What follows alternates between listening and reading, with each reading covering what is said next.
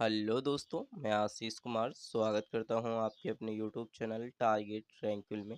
आज के इस वीडियो पे डिस्कस करने वाले हैं जो एसएससी एग्ज़ाम है, इसका कंप्लीट हम कह सकते हैं कि मध्यकालीन हिस्ट्री अर्थात इतिहास को एक ही वीडियो पे कवर करने वाले हैं। वन शॉट वीडियो रहने वाला है।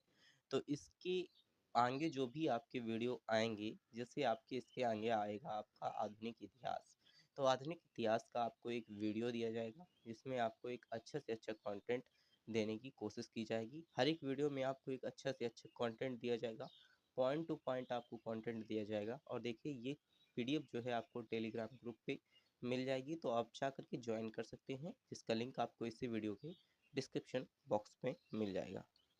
देखिए, हमने यहाँ पर कंप्लीट किया था जो कि आपका था एनेशियंट हिस्ट्री, जो कि हमारे पास क्या था, एनेशियंट हिस्ट्री प्राचीन इतिहास। इसको हमने यहाँ पर वन शॉट में कवर किया था। इसका वीडियो आपको इसी इसी चैनल पर मिल जाएगा, लेकिन जो इसकी पीडीएफ है आपको टेलीग्राम ग्रुप में मिलेगी। टेलीग्राम ग्रुप में जा कर के आप ज्वाइन कीजिए और उससे पीडीएफ आप ले लीजिए। तो देखिए, हम यहाँ पर क्या क्या कवर करने वाले हैं मध्यकालीन भारत में। तो देखिए, हम यहाँ पर क्या क्या कवर करेंगे, तो दिल्ली सल्तनत कवर करेंगे, उसके बाद सूफी आंदोलन, भक्ति आंदोलन, मुगल साम्राज्य और मराठा साम्राज्य को कवर करने वाले हैं। तो हम टोटल कितने टॉपिक, 5 टॉपिक कवर करने वाले हैं इस वीडियो पे। तो वीडियो को लास्ट तक जरूर देखिएगा। तो आइए देखते हैं मोहम्मद बिन कासिम। देखिए, अब स्टार्ट करते हैं यहाँ से मोहम्मद बिन कासिम से। तो मोहम्मद बिन कासिम के नेतृत्व में अरबों ने 712 ईस्वी में भारत पर आक्रमण किया और सिंध पर विजय प्राप्त की। तो देखिए, मोहम्मद बिन कासिम अरबी था। उसने कब भारत पर आक्रमण किया था, तो 712 में भारत पर आक्रमण किया और सिंध पर विजय प्राप्त की। सिंध पर पहली बार विजय प्राप्त हुई थी मोहम्मद बिन कासिम, जो कि अरबी था अर्थात मुसलमान था। तो यहाँ पर कह सकते हैं कि सबसे पहले कहाँ पर आए, तो सिंध प्रांत पर यहाँ पर आपको देखने को मिल जाएंगे। अब बात करते हैं मोहम्मद गजनवी। मोस्ट इम्पॉर्टेंट यहाँ पर पॉइंट दिए हुए हैं। मोहम्मद गजनवी जो कि हमारे पास है सुबुक्तसीन का पुत्र था। अपने पिता के काल में ही मोहम्मद गजनवी जो कि खुरासन का शासक था। तो देखिए, जो पिता थे इनके मोहम्मद गजनवी के, उनका क्या नाम था, सुबुक्तसीन था। और ये कहाँ के शासक थे, सबसे पहले शासक कहाँ के थे, तो ये थे खुरासान के शासक। सबसे पहले थे मोहम्मद गजनवी ने भारत में 17 बार आक्रमण किया था। कितनी बार आक्रमण किया, 17 बार आक्रमण किया। ये क्वेश्चन आपसे बहुत ही बार पूछा गया है कि मोहम्मद गजनवी ने कितनी बार भारत पर आक्रमण किया, तो 17 बार आक्रमण किया। अब देखिए, मोहम्मद गजनवी का सबसे चर्चित आक्रमण कब था, तो ये देखिए, सोमनाथ मंदिर जो है, जो कि बहुत बार मोहम्मद गजनवी द्वारा लूटा गया, तो ये सबसे चर्चित जो कि मंदिर रहा, जो कि मोहम्मद गजनवी द्वारा सबसे पहले जो कि आक्रमण में लगभग 1025 में यहाँ पर लूटा गया था सोमनाथ मंदिर को। इसी के साथ आइए देखते हैं मोहम्मद गजनवी का अंतिम आक्रमण कब हुआ। तो देखिए, मोहम्मद गजनवी जो थे, उनका अंतिम आक्रमण 1025 ईस्वी में जाटों के विरुद्ध था। किसके विरुद्ध था, जाटों के विरुद्ध, जो कि मोहम्मद गजनवी का जो कि अंतिम आक्रमण था। इनके दरबार में अल बाउनी, फिर फिर दोसी आदि विद्वान रहते थे। मोहम्मद गजनवी की मृत्यु 1030 ईसा पूर्व हो गई। तो देखिए, यहाँ पर बहुत ही इंपॉर्टेंट पॉइंट्स दिए हुए हैं कि इनके दरबार में कौन रहते थे, अलबाउनी, फिर दोसी, और ये विद्वान विद्वान थे। इसी साल मोहम्मद गजनवी की मृत्यु 1030 ईसा पूर्व में हो गई। तो इस तरीके से आपसे क्वेश्चन पूछा जाता है। अब देखिए, हम बात करते हैं मोहम्मद गौरी। मोहम्मद गौरी ने टोटल कितने युद्ध लड़े, तो मोहम्मद गौरी ने टोटल 3 युद्ध लड़े। तो तीनों युद्धों के विषय में हम डिस्कस करेंगे। तो सबसे पहले मोहम्मद गौरी के विषय में देख लेते हैं। मोहम्मद गजनवी के बाद मोहम्मद गौरी ने 1175 ईसा पूर्व से लेकर 1205 ईसा पूर्व तक भारत में अनेक आक्रमण किए। इसमें से यहाँ पर कौन कौन से आक्रमण थे, तो आइए डिस्कस करते हैं। तो यहाँ पर देखिए, युद्ध वर्ष और यहाँ पर आपका पक्ष दिया हुआ है। तो देखिए, युद्ध में तराइन का प्रथम युद्ध, तराइन का द्वितीय युद्ध और चंदावर का युद्ध हुआ था। तो यहाँ पर देखिए, तराइन का प्रथम युद्ध 1191, तराइन का द्वितीय युद्ध 1192 और चंदावर का द्वितीय युद्ध 1194 में हुआ। और 1191 में देखिए, पृथ्वीराज ने गौरी को हराया था और गौरी ने पृथ्वीराज को चौहान को हराया। इसमें किसमें, तराइन के द्वितीय युद्ध में। तो तराइन के द्वितीय युद्ध में किसको किसने हराया, ये देख क्वेश्चन पूछा जाता है। तराइन के प्रथम युद्ध में किसने किसको हराया? चंदावर के प्रथम युद्ध में गौरी और जयचंद को हराया गया। गौरी ने किसको हराया? जयचंद को हराया। और गौरी ने पृथ्वीराज चौहान को हराया। पृथ्वीराज चौहान ने गौरी को हराया। तो ये क्वेश्चन किस तरीके से याद रखेंगे? तराइन आपका दिया हुआ है, तराइन का प्रथम युद्ध, तो मतलब प्रथम, मतलब पृथ्वीराज चौहान ने किसको हराया? गौरी को हराया। मतलब पी पृथ्वीराज, पृथ्वीराज ने किसको हराया? गौरी को हराया। गौरी री को हराया, मतलब प्रथम ने तराइन को हराया। मतलब यहाँ पर पृथ्वीराज ने यहाँ पर गौरी को हराया। अब देखिए तराइन का द्वितीय युद्ध, अब इसका उल्टा है, गौरी ने पृथ्वीराज चौहान को हराया। अब देखिए चंदावर का प्रथम युद्ध, तो देखिए गौरी ने किसको हराया? चहचंद को हराया, मतलब चंदावर। तो यहाँ पर गौरी ने किसको हराया? जयचंद को हराया। इस तरीके से आप याद रख सकते हैं। अब देखिए यहाँ पर पृथ्वी मोहम्मद गौरी की जो हत्या हुई थी वो 15 मार्च, जो कि हम कह सकते हैं 1206 ईसा में हुई थी, ईसा पूर्व में हुई थी। देखिए गौरी की मृत्यु के बाद जो कि ऐबक उनके भारतीय साम्राज्य के शासक बने और अपने भारत में गुलाम वंश की स्थापना की। अब देखिए गुलाम वंश की स्टार्टिंग आ जाती है किससे? तो गुलाम वंश की जो कि कह सकते हैं स्थापना किसने की? तो ऐबक कुतुबुद्दीन ऐबक ने की। कुतुबुद्दीन ऐबक किसकी मृत्यु के बाद आया? गौरी की मृत्यु के बाद आया।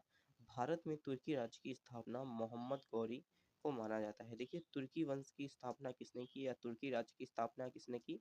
मोहम्मद गौरी ने की। गुलाम वंश की स्थापना किसने की? ऐबक ने की। तो इस तरीके से आपसे क्वेश्चन पूछे जाते हैं। तो अब आइए हम बात करते हैं दिल्ली सल्तनत। दिल्ली सल्तनत में सबसे पहले आपका आता है गुलाम वंश। तो देखिए यहाँ पर दिल्ली सल्तनत 1206 से लेकर के 1526 ईसा तक कुल 320 वर्षों तक दिल्ली पर मुसलमानों का अर्थात मुस्लिम सुल्तानों का शासन रहा। इसे ही दिल्ली सल्तनत का काल कहा जाता है। दिल्ली सल्तनत का काल किसे कहते हैं? तो मुस्लिम सुल्तानों द्वारा किया गया शासन का समय ही दिल्ली सल्तनत का आपका काल कहलाता है। इस तरीके से आपसे क्वेश्चन पूछ सकता है। अब देखिए कुतुबुद्दीन ऐबक दिल्ली का प्रथम सुल्तान था। कुतुबुद्दीन ऐबक कौन था? दिल्ली का प्रथम सुल्तान था। और कुतुबुद्दीन ऐबक ही गुलाम वंश का शासक था। तो देखिए गुलाम वंश का पहला शासक था और इसकी जो कह सकते हैं कि राज्यकाल चला जो कि 1206 से लेकर 1290 तक चला। अब आइए हम बात करते हैं कुतुबुद्दीन ऐबक के बारे में, डिटेल से देखते हैं कुतुबुद्दीन ऐबक के बारे में, डिटेल से यहाँ पर डिस्कस करते हैं। तो देखिए कुतुबुद्दीन ऐबक, गुलाम वंश की स्थापना 1206 में कुतुबुद्दीन ऐबक ने की। यह गौरी का गुलाम गुलाम था। इसे जो कि हम लाख बख्श भी कहते हैं, लाख बख्श भी कहा जाता है इसे। और ये गौरी का गुलाम था, मोहम्मद जो गौरी थे उनका गुलाम था कुतुबुद्दीन ऐबक। और उनकी मृत्यु के बाद इसने गुलाम वंश की स्थापना की थी। अब देखिए कुतुबुद्दीन ऐबक ने अपनी राजधानी जो कि लाहौर बनाई थी। लाहौर जो कि आपकी राजधानी थी पहले के समय में जब कुतुबुद्दीन ऐबक था, तो अपनी राजधानी किसे बनाया था? लाहौर को बनाया था। और इन्होंने दिल्ली पे सल्तनत करते थे, दिल्ली पे राज करते थे। अब देखिए कुतुबुद्दीन ऐबक की नींव जो कि कुतुबुद्दीन ऐबक ने ही डाली थी।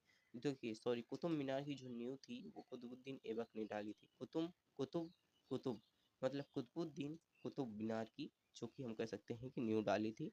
कुतुबुद्दीन ऐबक की मृत्यु के बाद 1210 में लाहौर के चौगान पोलो समय खेलते समय यहाँ पर गिर करके मृत्यु हो गई थी। तो क्वेश्चन पूछा जाता है कि पोलो खेलते समय किसकी मृत्यु हुई थी? तो कुतुबुद्दीन ऐबक की मृत्यु हो गई थी 1210 में। यहाँ पर मृत्यु आपको देखने को मिल जाएगी। कहाँ पर? लाहौर में चौगान पोलो खेलते समय यहाँ पर घोड़े से गिर करके इनकी मृत्यु हो गई थी। जो कि इन्होंने राजधानी बनाई वहीं पर इनकी मृत्यु हो गई। अब यहाँ पर देखिए इल्तुतमिश। तो देखिए इल्तुतमिश 1210 में शासन मतलब ईसा में शासक बना। वह बहुत ही योग्य शासक था। इल्तुतमिश ने लाहौर के स्थान पर दिल्ली को अपनी राजधानी बनाया। वह पहला तुर्क सुल्तान था जिसने शुद्ध अरबी सिक्के चलाए। देखिए शुद्ध अरबी सिक्के किसने चलाए? तो इल्तुतमिश ने चलाए। इसी के साथ लाहौर से दिल्ली को अपनी राजधानी किसने बनाया? इल्तुतमिश ने बनाया। और इल्तुतमिश का शासन 1211 में शासन बना और वह एक बहुत ही योग्य शासक था। यह पहला तुर्क शासक था, पहला तुर्क शासक था। इस तरीके से आपसे क्वेश्चन पूछ सकता है। ये सारे क्वेश्चन आपके साथ कवर किए। अब देखिए यहाँ पर इल्तुतमिश ने क्या किया कि 1232 में कुतुब मीनार का पूरा निर्माण कराया। देखिए कुतुब मीनार का निर्माण स्टार्ट किया कुतुबुद्दीन ऐबक ने, लेकिन निर्माण पूरा किसने किया? इल्तुतमिश ने। इल्तुतमिश की पुत्री थी रजिया सुल्तान। तो रजिया सुल्तान के बारे में डिटेल में देखेंगे। सल्तनत युग के दो महत्वपूर्ण सिक्के चांदी का टका और तांबे का जीतक इल्तुतमिश ने ही यहाँ पर चलाया था। तो देखिए चांदी का सिक्का या चांदी का टका किसने चलाया? इल्तुतमिश ने चलाया। तांबे का जो कि जीतल किसने चलाया? इल्तुतमिश ने चलाया। कुतुब मीनार को पूरा किसने किया? इल्तुतमिश ने किया। तो इस तरीके से आपसे क्वेश्चन पूछा जाता है। अब देखिए रजिया सुल्तान के विषय में देख लेते हैं। तो रजिया सुल्तान प्रथम महिला मुस्लिम शासिका थी जिन्होंने 1236 ईस्वी में दिल्ली की गद्दी पर बैठी। रजिया सुल्तान के पिता का नाम क्या था? तो रजिया सुल्तान के पिता का नाम इल्तुतमिश था, जो कि हम कह सकते हैं रजिया ने अल्तुनिया से विवाह किया। अल्तुनिया से विवाह किया। रजिया की हत्या 1240 में कैथल में की गई थी। तो देखिए रजिया की हत्या कब की गई? तो 1240 में। कहाँ पर? कैथल में की गई। रजिया ने किससे विवाह किया? अल्तुनिया से विवाह किया। अब इसके बाद हम बात करते हैं गयासुद्दीन बलबन। गयासुद्दीन बलबन का यहाँ से शासक शुरू हो जाता है। तो देखिए गयासुद्दीन बलबन यहाँ पर 1266 में गद्दी पर बैठा। वह मूल रूप से अल्बेरिया जनजाति का तुर्क था। अल बलबन ने फारसी नववर्ष नौरोज की शुरुआत की। इसी साथ राज दरबार में सिजदा और हम कह सकते हैं पोलोस प्रथा की भी शुरुआत बलबन ने ही की थी। तो क्वेश्चन ये बहुत ही बार पूछा गया है, आपके एसएससी सीजीएल में क्वेश्चन ये बहुत बार पूछा गया है। अब देखिए बलबन ने अपने विरोधियों के प्रति कठोर लौह एवं रक्त की नीति का पालन भी किया। तो देखिए विरोधियों के प्रति किसने पालन किया? क्वेश्चन पूछ सकता है कठोर लौह एवं रक्त की नीति का पालन किसने किया? तो आपको बताना है बलबन ने किया था। इसी के साथ आइए बात करते हैं खिजली वंश। अब देखिए खिजली वंश की स्टार्टिंग यहाँ से शुरू होती है। जो अलाउद्दीन खिलजी हैं, फिरोज शाह, ये सारे जो आपके जयासुद्दीन फिरोज तुगलक हैं, खिलजी हैं, तो इन सारी चीज़ों के जो आपके यहाँ से क्वेश्चन शुरू होते हैं। खिजली वंश कब से कब तक चला? 1290 से 1320 के बीच चला। अब देखिए जलालुद्दीन जो कि फिरोज खिजली, देखिए खिजली वंश की स्थापना जलालुद्दीन खिजली ने 1290 ईस्वी में की थी। जो इनके जो हम कह सकते हैं किले खरी को अपनी राजधानी बनाया। किसे राजधानी बनाया? किले खरी को राजधानी बनाया। किसने बनाया?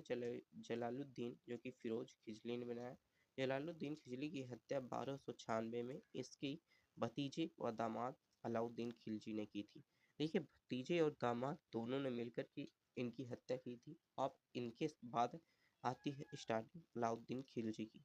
अलाउद्दीन खिलजी का शासन कब से कब तक चला? तो देखिए अलाउद्दीन खिलजी जो कि 1296 में दिल्ली की गद्दी पर बैठा। कब दिल्ली की गद्दी पर बैठा? 1296 में। अलाउद्दीन खिलजी ने सिकंदर ए सानी की उपाधि धारण की। अलाउद्दीन खिलजी ने एक सेना को नगद वेतन देना व स्थायी सेना रखना भी यहाँ पर स्टार्टिंग यहाँ पर शुरू की। घोड़ा दागने और सैनिकों को हुलिया जो कि हम कह सकते हैं लिखने की प्रथा प्रारंभ की। यहाँ पर अलाउद्दीन खिलजी ने ही प्रारंभ की। अब इसके बाद देखिए उसके जो बाजार नियंत्रण प्रणाली की भी दृढ़ता यहाँ से ही लागू हुई। उनकी बाजार नियंत्रण प्रणाली की भी दृढ़ता यहाँ से लागू हुई। उसने कुतुब मीनार के निकट अलाई दरवाजा बनाया और सीरी का किला भी उसने ही बनाया। तो देखिए सीरी का किला किसने बनाया? तो अलाउद्दीन खिलजी। अलाई दरवाजा किसने बनाया? अलाउद्दीन खिलजी। तो ये दोनों कहाँ पे हैं? कुतुब मीनार के पास है। अब देखिए अलाउद्दीन खिलजी ने दरबार में फारसी की प्रसिद्ध कवि अमीर खुसरो और अमीर हसन रहते थे। तो यहाँ पर क्वेश्चन पूछा जाता है कि अमीर खुसरो और अमीर हसन कहाँ पर रहते थे? तो अलाउद्दीन खिलजी के दरबार में रहते थे। अब देखिए अमीर खुसरो जो कि हम कह सकते हैं अलाउद्दीन खिलजी के दरबारी कवि थे। इसी के साथ तबला व सितार के आविष्कारक भी इन्हें कहा जाता है। तबला और सितार के आविष्कारक किसे कहते हैं? अलाउद्दीन जो कि सॉरी अमीर खुसरो को कहा जाता है। और ये किसके दरबारी कवि थे? तो अलाउद्दीन खिलजी के दरबारी कवि थे। इसी के साथ देखिए यहाँ पर आता है अब तुगलक वंश। हमने खिजली वंश के विषय में डिस्कस किया। अब देखते हैं तुगलक वंश के विषय में। तुगलक वंश यहाँ से कब तक चला? तो देखिए तुगलक वंश 1320 से 1398 तक चला, जिसमें सबसे पहले आते हैं गयासुद्दीन तुगलक। देखिए तुगलक वंश की नींव गयासुद्दीन तुगलक ने डाली। वह 1320 में खुसरो खां को पराजित कर यहाँ पर दिल्ली की गद्दी पर बैठे थे। देखिए सिंचाई के लिए नहरों एवं कुओं का निर्माण कराने वाले वह दिल्ली सल्तनत के पहले ऐसे राजा थे जिन्होंने शासन किया और साथ ही यहाँ पर नहरें एवं कुओं का भी निर्माण कराया, जो कि सिंचाई के लिए पानी के लिए उपयुक्त व्यवस्था यहाँ पर शुरू की। उसने जो कि दिल्ली के समीप तुगलकाबाद नाम का एक नया नगर भी स्थापित किया। अपने नाम से इन्होंने एक नगर भी स्थापित किया। गयासुद्दीन तुगलक की मृत्यु 1325 ईस्वी में बंगाल के में लेटते समय यहाँ पर अभियान में लेटते समय जूना खां द्वारा निर्मित लकड़ी के महल के गिरने से हुई थी। तो यहाँ पर देखिए सबसे इम्पोर्टेंट है, क्वेश्चन पूछा जाता है जूना खां द्वारा जो कि लकड़ी से निर्मित महल कहाँ पर है, तो ये आपको बताना होगा बंगाल में है। इसी के साथ यह किस इसमें किसकी मृत्यु हुई थी, तो गयासुद्दीन तुगलक की मृत्यु हुई थी। कब मृत्यु हुई थी, 1325 में मृत्यु हुई थी। ये सारे क्वेश्चन आपसे पूछे जाते हैं। अब देखिए गयासुद्दीन तुगलक के बाद आता है मोहम्मद बिन तुगलक। गयासुद्दीन तुगलक की जो हम कह सकते हैं कि मृत्यु के 3 दिन बाद ही जूना खां मोहम्मद बिन तुगलक के नाम से दिल्ली की गद्दी पर बैठा। देखिए जूना खां का ही नाम यहाँ पर क्या था, मोहम्मद बिन तुगलक। उसने अपनी राजधानी दिल्ली से हटा करके दौलताबाद देवगिरी को बनाया था। अब देखिए दौलताबाद देवगिरी को राजधानी किसने बनाया, तो मोहम्मद बिन तुगलक, और इसका क्या नाम था पुराना, तो जूना खां नाम था। देखिए मध्यकालीन जो कि सुल्तानों के मोहम्मद तुगलक ने सर्वाधिक शिक्षित विद्वान एवं योग्य व्यक्ति थे। उसने चांदी के स्थान पर तांबे के सिक्के चलाए, लेकिन बाद में दोबारा चांदी के सिक्के यहाँ पर चलवाए। तो देखिए चांदी के सिक्के के बाद तांबे के सिक्के चलाए, तांबे के सिक्के के बाद फिर पुनः चांदी के सिक्के किसने चलाए। तो ये सारे जो आपके क्वेश्चन हैं मोहम्मद बिन तुगलक कहते हैं। क्वेश्चंस जो होते हैं ये मोहम्मद बिन तुगलक। उसके जो कृषि के विकास है तो दीवानी को ही विभाग की स्थापना की। जो कृषि विभाग था उसके लिए इन्होंने कृषि विभाग की स्थापना की, जिसे हम उस समय कहते थे दीवाने को ही विभाग की स्थापना की, जो कि यहाँ पर कह सकते हैं कि इन्होंने स्थापना की। अब बात करते हैं यहाँ पर इम्पोर्टेंट, तो यहाँ पर देखिए 1333 में जो कि हमारे पास है इबान बतूता भारत आए। सुल्तान ने इसे दिल्ली की काजी नियुक्त किया गया और 1342 ईस्वी में उसे अपना राजदूत बनाकर चीन भेजा। जैन विद्वान जो कि हमारे पास है जैन प्रभु सूरी को उसके दरबार में बुला करके सम्मानित किया गया। मोहम्मद बिन तुगलक की मृत्यु 20 मार्च 1351 को यहाँ पर ठटट्टा के निकट जो कि हमारे पास है गोंडाल में हुई थी। तो इस वजह से ये क्वेश्चन आपसे पूछ सकता है। अब देखिए यहाँ पर इसके शासन काल में ही दक्षिण की हरियर एवं बुक्का नामक दो भाइयों ने 1336 ईस्वी में जो कि विजयनगर साम्राज्य की स्थापना की थी। तो विजयनगर साम्राज्य की स्थापना किसने की, तो यह हो जाएगा हरियर एवं बुक्का नामक दो भाइयों ने विजयनगर साम्राज्य की स्थापना की। अब देखिए फिरोज शाह तुगलक। फिरोज शाह तुगलक के विषय में मोस्ट इंपॉर्टेंट क्वेश्चंस को देख लेते हैं पॉइंट टू पॉइंट। मोहम्मद बिन तुगलक की मृत्यु के बाद फिरोज शाह तुगलक 1351 में दिल्ली की गद्दी पर बैठा। फिरोज शाह तुगलक ब्राह्मणों से जजिया कर लेने वाला पहला मुस्लिम शासक था। ब्राह्मणों से जो कि जजिया कर लेने वाला पहला मुस्लिम शासक कौन था, फिरोज शाह तुगलक था। फिरोज तुगलक ने कई नहरों का निर्माण कराया। फिरोज शाह तुगलक ने हिंसार, फिरोजपुर, फिरोजाबाद, फतेहाबाद, जैनपुर आदि नगरों की भी स्थापना अपने नाम से इन्होंने शुरू की। देखिए फिरोजाबाद, फतेहाबाद, जैनपुर और हिंसार, टोटल 5 जो कि हम कह सकते हैं कि इन्होंने नगरों की स्थापना की, जो कि फिरोज शाह तुगलक ने की। और इन्होंने नहरों का भी निर्माण कराया। इसी साथ आइए बात करते हैं यहाँ पर अगला पॉइंट। इसने अपनी जो कि हम कह सकते हैं आत्मकथा फतुहात ए फिरोज शाही की रचना की। उसने चांदी और तांबे के मिश्रित सिक्के भी चलाए, जिसे हम अभ्रध्या एवं विक कहा जाता था। तो उस समय अब अध्या अध्या एवं विक किसे कहते थे, तो जो चांदी एवं तांबे के मिश्रित सिक्के चलाए जाते थे उन्हें कहा जाता था। और ये कब चलाए गए, तो फिरोज शाह तुगलक के समय चलाए गए। फिरोज शाह तुगलक के समय दास प्रथा में काफ़ी प्रोत्साहन मिला। उसके साथ ही गुलामों की संख्या 1,80,000 तक हो गई थी। तो यहाँ पर क्वेश्चन पूछा जाता है कि 1,80,000 गुलामों की संख्या कब हुई, तो फिरोज शाह तुगलक के समय हुई। फिरोज शाह तुगलक की मृत्यु 1388 ईस्वी में हो गई थी। तो यहाँ पर 1300 यहाँ पर 88 ईस्वी में हो गई थी, जो कि फिरोज शाह तुगलक की मृत्यु हो गई थी। अब आता है सैयद वंश। देखिए सैयद वंश की स्टार्टिंग यहाँ से शुरू होती है। सैयद वंश में 1414 से लेकर के 1451 तक यहाँ पर आपको सैयद वंश देखने को मिलेगा। सैयद वंश में पहले शासक थे खिरिज खां, जो कि सैयद वंश के पहले शासक थे। अब देखिए सैयद वंश की स्थापना यहाँ पर 1414 में खिरिच खां ने की थी। उसने जो कि हम कह सकते हैं रयात ए आला की उपाधि धारण की। खिरिच खां तैमूर लंग के सेनापति था। खिरिच खां नियमित रूप से तैमूर के चौथे पुत्र शाहरुख को कर भेजता रहा। खिरिच खां की मृत्यु 1400 यहाँ पर 21 ईस्वी में यहाँ पर खिरिच खां की मृत्यु हुई। अब आते हैं मुबारक शाह। मुबारक शाह खिरिच खां की मृत्यु के बाद उनका पुत्र मुबारक शाह जो कि दिल्ली के सुल्तान बना। यहाँ पर इसी के साथ उन्होंने दिल्ली के सुल्तान बनते ही मुबारक शाह की उपाधि धारण की। यमुना के किनारे मुबारकाबाद की स्थापना मुबारक शाह ने ही कराया था। इसी के साथ इनकी हत्या जो कि हम कह सकते हैं 1434 ईस्वी में षड्यंत्र के तहत हो गई थी।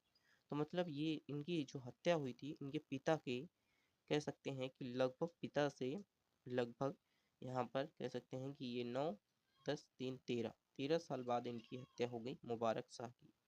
अपने पिता के बाद 13 साल बाद हत्या हो गई। अब देखिए मोहम्मद अफसाह आते हैं। मुबा देखिए मोहम्मद शाह मुबारक शाह का भतीजा था जिसे अमीरों ने दिल्ली पर गद्दी पर बैठाया। 1445 ईस्वी में मोहम्मद शाह की भी मृत्यु हो गई। अब आते हैं अलाउद्दीन आलम शाह। अलाउद्दीन आलम शाह जो कि सैयद वंश की अंतिम शासक था। जो कि अलाउद्दीन आलम शाह था जो कि सैयद वंश से अंतिम शासक था। इससे ज़्यादा क्वेश्चन नहीं पूछे जाते। तो यहाँ पर एक पॉइंट ही दिया हुआ है कि आलम शाह जो कि सैयद वंश का अंतिम शासक था। अब देखिए वंश चेंज हो गया। अब वंश आ गया है यहाँ पर किसका, यहाँ पर वंश आ गया आपका लोधी वंश यहाँ पर देखने को मिला। लोधी वंश में आपको देखने को मिलता है 1451 से लेकर के 1525 तक लोधी वंश चला। लोधी वंश में सबसे पहले थे बहलोल लोधी। तो आइए बहलोल लोधी के विषय में डिस्कस करते हैं। लोधी वंश की स्थापना बहलोल लोधी था। वह बहलोल लोधी जो कि हम कह सकते हैं बहलोल शाह गाजी की उपाधि धारण करके दिल्ली की गद्दी पर बैठा। बहलोल लोधी ने जौनपुर को दिल्ली का जो कि दिल्ली में मिलाया और बहलोली सिक्के चलाए। तो बहलोली सिक्के किसने चलाए, तो जो कि बहलोल लोधी ने चलाए। इसी के साथ देखिए बहलोल लोधी को किसकी उपाधि दी गई, तो बहलोल शाह गाजी की उपाधि दी गई। और ये कब बैठा दिल्ली पे, तो यहाँ पर देखिए ये किसका संस्थापक था, तो लोधी वंश का। और इसने दिल्ली को चेंज करके क्या बनाया था, जौनपुर अपनी राजधानी बनाई थी। अब देखिए आते हैं सिकंदर लोधी।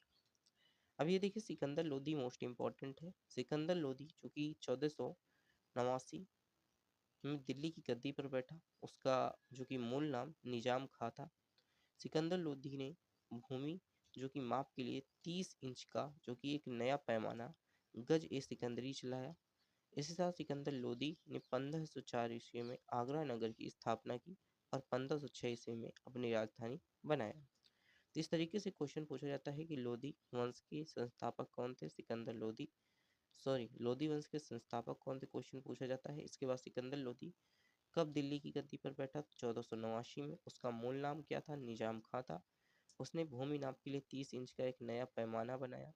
सिकंदर लोधी ने 1504 में आगरा नगर की स्थापना की और 1506 में अपनी राजधानी बनाया था। आगरा को ही अपनी राजधानी बनाया और आगरा की ही इन्होंने स्थापना की। ये सारे क्वेश्चन आपसे पूछे जाते हैं। इसके बाद उसने अनेक संस्कृत ग्रंथों का फारसी में अनुवाद भी कराया था। 1517 में सिकंदर लोधी की मृत्यु भी हो गई। ये सारे क्वेश्चन आपसे पूछे जाते हैं कि संस्कृत ग्रंथों का फारसी में अनुवाद किसने कराया, 1517 में किसकी मृत्यु हुई, सिकंदर लोधी की मृत्यु हो गई। तो ये सारे क्वेश्चन आपसे पूछे जाते हैं। अब देखिए इब्राहिम लोधी। इब्राहिम लोधी की बात करते हैं तो इब्राहिम लोधी 1517 ईस्वी में आगरा के सिंहासन पर बैठा। इब्राहिम लोधी न केवल लोधी वंश का अपूर्ति पूरे दिल्ली सल्तनत का ही एक अंतिम शासक था। अब अर्थात यहाँ से हम कह सकते हैं कि किसका चेंज हो जाता है। अब इब्राहिम लोधी के बाद कह सकते हैं कि जो कि आपका जो मुसलमानी शासक था वो समाप्त होता है।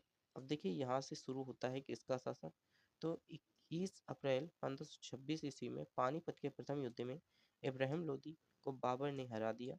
इसी युद्ध के बाद इनकी मृत्यु भी हो गई। अब इसके बाद देखते हैं तो इनकी मृत्यु के साथ ही दिल्ली सल्तनत समाप्त हो गया और बाबर ने मुगल साम्राज्य की यहाँ पर स्थापना अर्थात मुगल साम्राज्य की नींव रखी। अब देखिए विजयनगर साम्राज्य के विषय में डिस्कस करते हैं। तो दक्षिण भारत में विजयनगर साम्राज्य की स्थापना 1336 ईस्वी में हरियन एवं बुक्का नामक दो भाइयों ने की थी।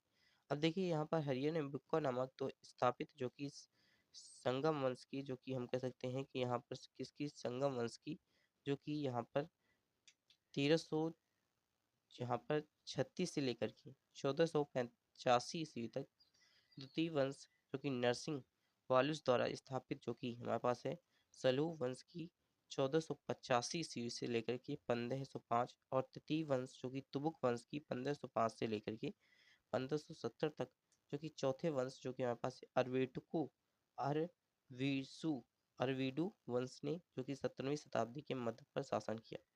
देवराय प्रथम के शासनकाल में इटली की यात्री, जो कि हमारे पास है निकोलो कोटी, 1420 ईस्वी में विजयनगर साम्राज्य विजयनगर आया, और उसने दीपावली और नवरात्रि त्योहारों का भी वर्णन किया है। तो ये सारे क्वेश्चन आपसे पूछे जाते हैं। अब देखिए यहाँ पर कृष्णदेव राय को इस साम्राज्य का सबसे महत्तम साम्राज्य माना जाता है। पुर्तगाली यात्री, जो कि हमारे पास है डोमिगो, जो कि पायज, उसी के शासनकाल में भारत आया था कृष्णदेव राय ने, जो कि यमन राज जो कि हमारे पास स्थापनाचार्य की भी उपाधि धारण की। कृष्णदेव राय ने संस्कृत के दो ग्रंथ, जो कि हमारे पास है जामवंती कल्याणम एवं जो कि उमा, जो कि हमारे पास है उषा परियाण की रचना की थी। तो यहाँ पर कृष्णदेव राय ने किसकी दो ग्रंथों की रचना की, तो जामवंती कल्याणम एवं उषा, जो कि हमारे पास है परिणय की रचना की थी। इसी के साथ अगले क्वेश्चंस की तरफ बढ़ते हैं। तो कृष्णदेव राय के दरबार में, जो कि हमारे पास है तेलुगु के विद्वान अष्टदिग्गज रहते थे। देखिए कृष्णदेव राय के दरबार में कौन रहते थे, तो तेलुगु के जो कि विद्वान अष्टदिग्गज रहते थे। इसी के साथ हम कह सकते हैं कि अगला साम्राज्य हमारा स्टार्ट होता है बहमनी साम्राज्य। बहमनी साम्राज्य की बात करते हैं तो 1347 से लेकर के 1518 तक बहमनी साम्राज्य चला। बहमनी साम्राज्य की स्थापना अलाउद्दीन हसन, जो कि हमारे पास है बहमन शाह हसन गंगू ने यहाँ पर 1347 में की थी। इसकी राजधानी जो कि हमारे पास है गुलबर्ग थी। अब देखिए 1417 में, जो कि हमारे पास है अथासियन, जो कि निकीरिस नामक रूसी यात्री ने बहमनी राज्य की जो कि हम कह सकते हैं यात्रा की थी। इस साथ बहमनी शासक हुमायूं को दक्कन का नीरो कहा जाता था। बहमनी शासक में हुमायूं को क्या कहा जाता था, दक्कन का नीरो कहा जाता था। अब देखिए बहमनी राजवंश का अंतिम शासक, जो कि हमारे पास है कलीमुल्लाह शाह था। इसके बाद जो कि बहमनी राज्य 5 भागों में विभक्त हो गया। इसमें अहमद नगर, बीजापुर, गोलकुंडा, बरार, बीदर ये आते हैं। इसके बाद ही गोलकुंडा की स्थापना कुतुब शाह के दौर ने हैदराबाद नगर का निर्माण कराया। देखिए गोलकुंडा की स्थापना के बाद कुतुब शाह ने हैदराबाद नगर का निर्माण कराया। बीजापुर, जो आपका बीजापुर था, वो आदिल शाही राजवंश की, जो कि हम कह सकते हैं सुख आदिल शाह ने बीजापुर के एक गोल गुम्बद का भी निर्माण कराया था। बीजापुर में एक गोल गुम्बद आपको देखने को मिल जाएगा, जिसका निर्माण आदिल शाही राजवंश के, जो कि हम कह सकते हैं सुसुक, जो कि आदिल शाह ने कराया था। अब आते हैं सूफी आंदोलन। देखिए सूफी आंदोलन बहुत ही इंपॉर्टेंट है। सूफी मत इस्लाम के रहस्यवादी, उदारवादी एवं जो कि समन्वयवादी दर्शन था। इसमें जो कि हम कह सकते हैं तसबुक भी कहते हैं। सूफी संतों के दो उद्देश्य थे, पहला अपना आत्मीय विश्वास और दूसरा मानवता की सेवा। सूफीवादी ने जो कि हम कह सकते हैं पीर मुरीद की प्रथा थी। मुरीद जो कि सूफी संत के शिष्य को भी कहा जाता था। मुरीद के गुरु जो कि हम कह सकते हैं कि पीर कहा जाता था। जो कि मुरीद के गुरु को क्या कहा जाता था, तो पीर कहा जाता था। समस्त जो कि आपके सूफी जो संतों के शेख जो थे, वो ख्वाजा मोई नुद्दीन चिश्ती का नाम अत्यंत महत्वपूर्ण है। और इसी के साथ 1161 में जो कि हमारे पास है गजनी से लाहौर आए, उन्होंने ही भारत में जो कि चिश्ती सिलसिले की स्थापना की। सूफीवाद जो कि जीविका चलाने का साधन नहीं था, तो इस वजह से यहाँ पर सूफीवाद जीविका चलाने का साधन नहीं था, तो इस वजह से ये बंद हो गया। अब देखिए यहाँ पर भक्ति आंदोलन क्या था। भक्ति आंदोलन सूफीवाद से अधिक प्रचलित था। इसमें दार्शनिक विद्वान परिषद, उपनिषद एवं भगवत गीता गीत भी लिखे गए या फिर लिए गए हैं। इसी के साथ रामानंद पहले वैष्णव उपदेशक थे, जिन्होंने दिल्ली में उपदेश दिया। उत्तर भारत में भक्ति आंदोलन को चलाने का श्रेय रामानंद को ही जाता है। तो देखिए रामानंद को उत्तर भारत में आंदोलन चलाने का श्रेय जाता है। इसी साथ रामानंद ने पहली बार वैष्णव उपदेशक थे, तो इन्होंने वैष्णव समाज की स्थापना की।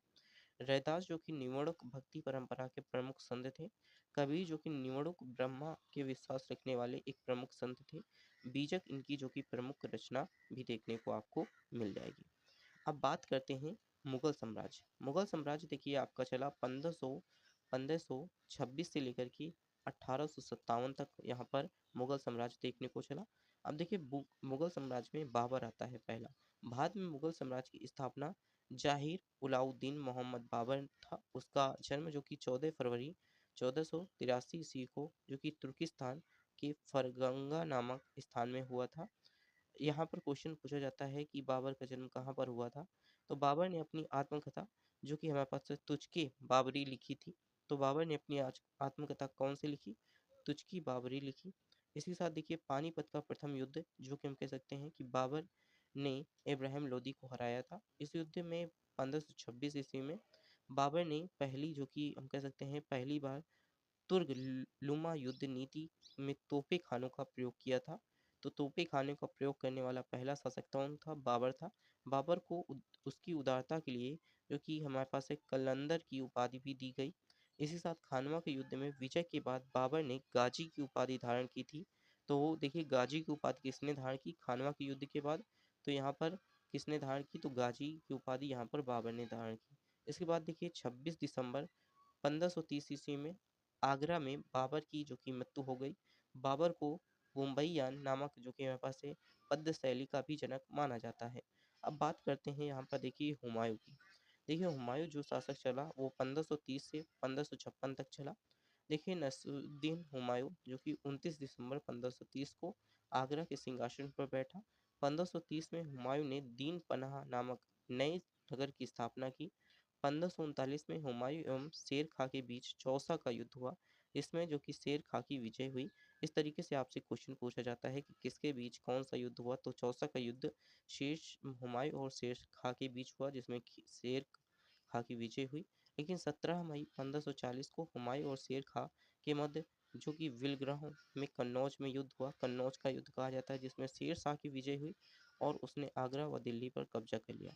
1 जनवरी 1556 में पुस्तकालय की सीढ़ियों से गिर करके हुमायूं की जो कि मृत्यु हो गई। तो पुस्तकालय की सीढ़ियों से गिर करके किसकी मृत्यु हुई? तो यहाँ पर हुमायूं की मृत्यु हुई। गुलबदन बेगम ने हुमायूंनामा की जो कि हम कह सकते हैं कि रचना की। गुलबदन बेगम ने किसकी रचना की? हुमायूंनामा जो कि हमारे पास रचना की। अब बात करते हैं शेरशाह सूरी। शेरशाह सूरी 1540 से 1545 तक शेरशाह सूरी रहा। देखिए शेरशाह सूरी की सूरी साम्राज्य की स्थापना करने वाले शेरशाह सूरी थे। इनके बचपन का नाम फरीद खां था। शेरशाह जो कि विलग्राम युद्ध 1540 के बाद दिल्ली की गद्दी पर बैठा। शेरशाह ने ग्रांड ट्रंक रोड भी बनवाया था। तो डाक प्रथा का प्रचलन भी शेरशाह द्वारा ही कराया गया। क्वेश्चन पूछ सकता है कि डाक प्रथा का प्रचलन किसने कराया और ग्रांड ट्रंक रोड किसने बनाया? तो शेरशाह सूरी का आपको राइट आंसर लगाना है। देखिए शेरशाह की मृत्यु के बाद जो कि काजिक्तर के किले को जीतने के लिए यहाँ पर क्रम में 22 मार्च 1545 को हुई। शेरशाह ने 1541 में पाटलिपुत्र को पटना के नाम से पुनः स्थापित किया। शेरशाह का मकबरा जो कि मेरे पास है सासाराम बिहार में है। इसी साथ अब बात करते हैं अकबर के विषय में। अकबर के विषय में देखते हैं तो अकबर 1556 से लेकर के जो कि 1605 तक अकबर का राज्य देखने को मिलेगा। अब देखिए ये अकबर जो था सम्राट अकबर का जन्म जो कि 15 अक्टूबर 1542 को अमरकोट की राणा जो कि हमारे पास है वीरशाला के महल में हुआ। उनका जन्म जलाउद्दीन मोहम्मद अकबर था। उनका सॉरी नाम था जो कि जलाउद्दीन मोहम्मद अकबर था। इसी साथ देखिए अकबर के राज्याभिषेक 14 फरवरी 1556 ईस्वी में पंजाब की कला नूर नामक स्थान पर 14 वर्ष की आयु में हुआ था। राजाभिषेक बैरम खां अकबर का संरक्षक था। पानीपत की दूसरी लड़ाई अकबर और हेमू के मध्य 5 नवंबर 1556 में लड़ी गई। दीनार ए इलाही धर्म की भी शुरुआत अकबर ने ही की थी। इस साथ अकबर की शासन प्रणाली का प्रमुख विशेषता जो कि हम कह सकते हैं क्या थी? तो ये थी जो कि मन सबदारी जो की प्रथा थी जो कि अकबर की यहाँ पर हम कह सकते हैं कि एक प्रमुख विशेषता थी। अकबर के समकालीन जो कि हम कह सकते हैं प्रसिद्ध सूफी संत शेख सलीम चिश्ती थी जिनकी दरगाह फतेह फतेहपुर सीकरी में है। अकबर ने आगरा का जो कि किला भी बनवाया। अकबर ने गुजरात विजय के उपलक्ष्य में फतेहपुर सीकरी में बुलंद दरवाजे का निर्माण कराया। तो किसके उपलक्ष्य में? विजय नगर की जो कि गुजरात विजय नगर के उपलक्ष्य में यहाँ पर फतेहपुर सीकरी बुलंद दरवाजा का निर्माण कराया। अकबर की मृत्यु यहाँ पर 16 अक्टूबर 1605 ईस्वी को हुई। इनके मकबरा जो कि सिकंदरा जो कि आगरा में स्थित है। इसके बाद मुगलों की राज की जो कि भाषा फारसी थी। अब देखिए अकबर के नौरत्न कौन कौन से थे।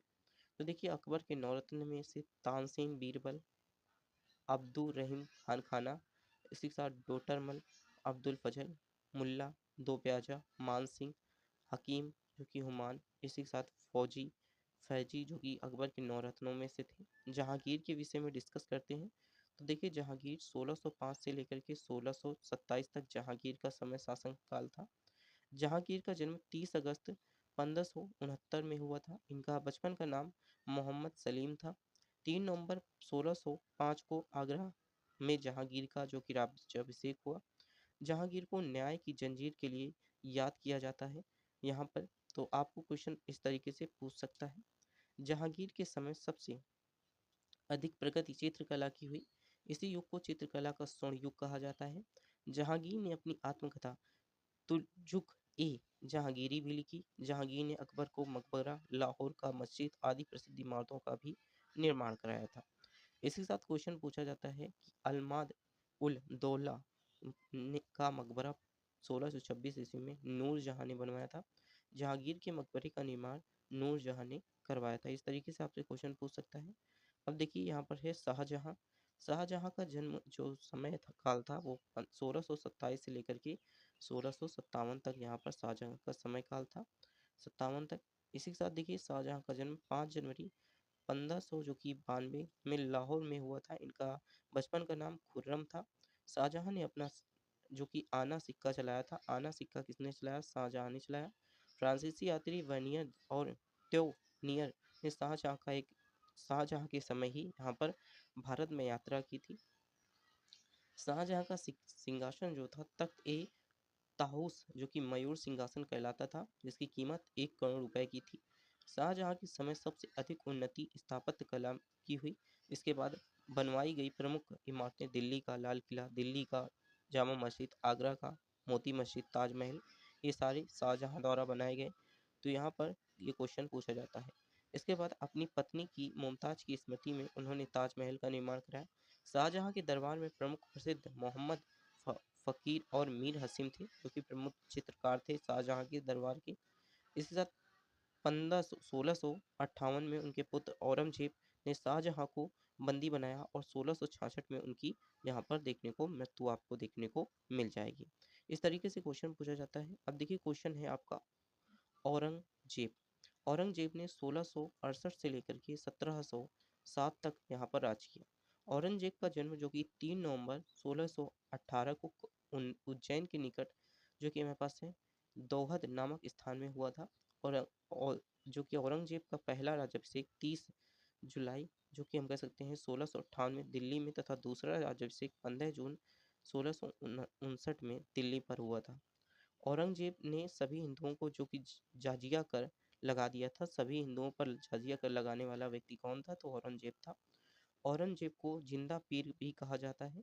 औरंगजेब ने दिल्ली में सिखों के नौवें गुरु जो कि तेंग बहादुर की हत्या कराई थी। औरंगजेब ने बीबी का मकबरा का निर्माण 1669 में औरंगाबाद महाराष्ट्र में कराया। औरंगजेब के शासनकाल में सर्वाधिक सेनापति हिंदू थे। औरंगजेब की मृत्यु 1707 ईस्वी में, क्वेश्चन में यहाँ पर 1707 ईस्वी में हो गई। अब देखिए बहादुर शाह जफर जो कि द्वितीय थे। बहादुर शाह जफर द्वितीय जो कि मुगल साम्राज्य का अंतिम सम्राट, पहला अंतिम सम्राट शासक था, जो कि बहादुर शाह जफर द्वितीय था।